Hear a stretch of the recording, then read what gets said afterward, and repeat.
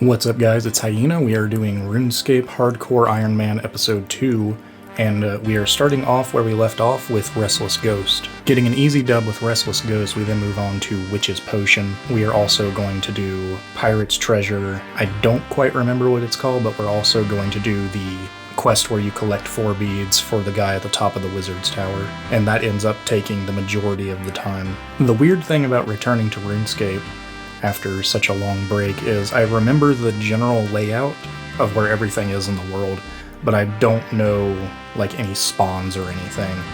So things like onions, I had to look up for Witch's Potion because I didn't know actually where to get an onion. When you're doing a regular game, you can just go to the Grand Exchange and buy one, but I actually had to find one in the overworld. And it turns out there are 2 patches. There's one above the town where the witch is, and there's also one behind Farmer Fred's house when you do sheep shearer. I was going to count how many imps I ended up killing to get this quest done, but I think I lost track at like 70 something. Also, to show how new I am at the game as a returning player, I have never seen Fiendish Ashes before. I didn't know what they were for. I thought they were a special drop the first time I got them, and I didn't know you would get 10 prayer XP for scattering the ashes, so I think I figured that out like a third of the way into killing the imps. Other than that, I don't think I had to look anything up. I think I looked up how many balls of wool that Fred would need for sheep shearer, and I looked up a few other minor things for quests upcoming. I didn't remember if you left Draenor Manor when you were doing Ernest the Chicken or not, so just small things like that I looked up because I'm trying to plan it to where I can do multiple quests in the same area. When we get to where we are at the imps on the south end of Karamja Island around the volcano, we get the first 3 beads, I think,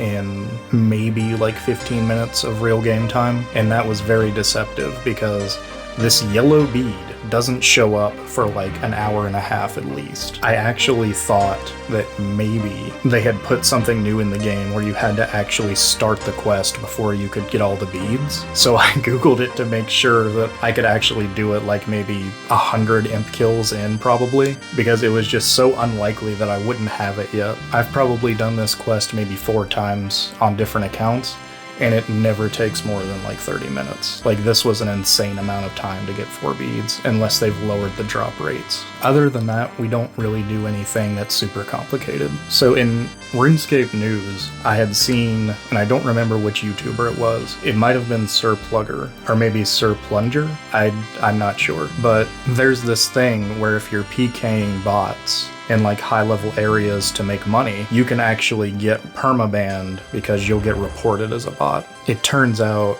like that's a strategy that bot farms are implementing so that they can stop people from killing their bots. As of the making of this video, Jagex is doing basically nothing to stop it. I don't think that's going to really affect my account because this is a hardcore Iron Man that's meant to do all the quests in the game, so that particular problem isn't going to affect me.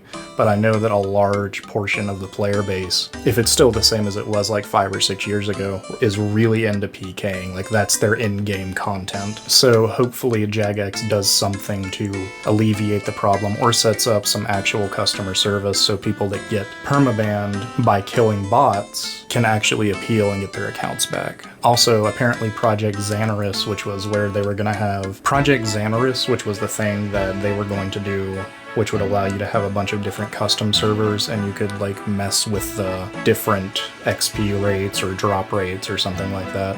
They've shelved that as well recently. And again, I don't remember which YouTuber reported on it. Probably every RuneScape YouTuber did, because that was a big thing when it was announced that they're just deciding they're not going to do anymore. It just seems like lately Jagex is kind of dropping the ball as far as old school RuneScape. I mean, RuneScape 3 is already kind of messed up. I don't know anybody that plays RuneScape 3. I've never met anybody that plays RuneScape 3. Everyone I know that says, oh, I play RuneScape, they play old school RuneScape. They don't play the new, or I guess the original version that became RuneScape 3. If they don't stop fumbling, people are probably going to go to the Preservation Project that has recently started up, where you can play older versions of RuneScape. I don't know if that's multiplayer, but I can't imagine imagine that it's not. In channel news, I did get my second video out on the main channel. I'm still working on the history video. I'm trying to make it a little more entertaining than just me regurgitating the information that I've read for the video. So like basically I'm not just reading back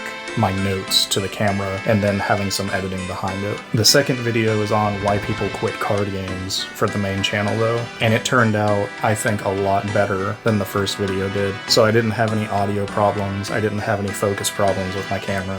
I felt like the script flowed significantly better. I got my first couple of subscribers, so overall I'm happy with that. It wasn't as long as I wanted. I was aiming for the standard 10 minutes, but 7 minutes is, for that subject and for how kind of shallow I kind of scratched the surface of why people quit card games, like I hit the big points. 7 minutes is probably enough. I don't think it needs to go on any more than that. I will flash a link card somewhere in the video, and that video will also be linked down in the description if you'd like to watch it. As I'm recording, I'm currently watching the playback of the video, and I can tell like exactly where I'm kind of getting frustrated at, because at this point I'm thinking I'm gonna have to do 2 different recordings to get this stupid bead. The only thing positive that came out of killing all these imps is the prayer XP and the strength XP that I got. I think I get to 22 strength just on the south of Karamja. I also go ahead and add 5 defense levels. I figure at some point we're probably going to get black armor in the near future. I haven't decided what stats I'm going to do Dragon Slayer with. I'm thinking probably 50 strength,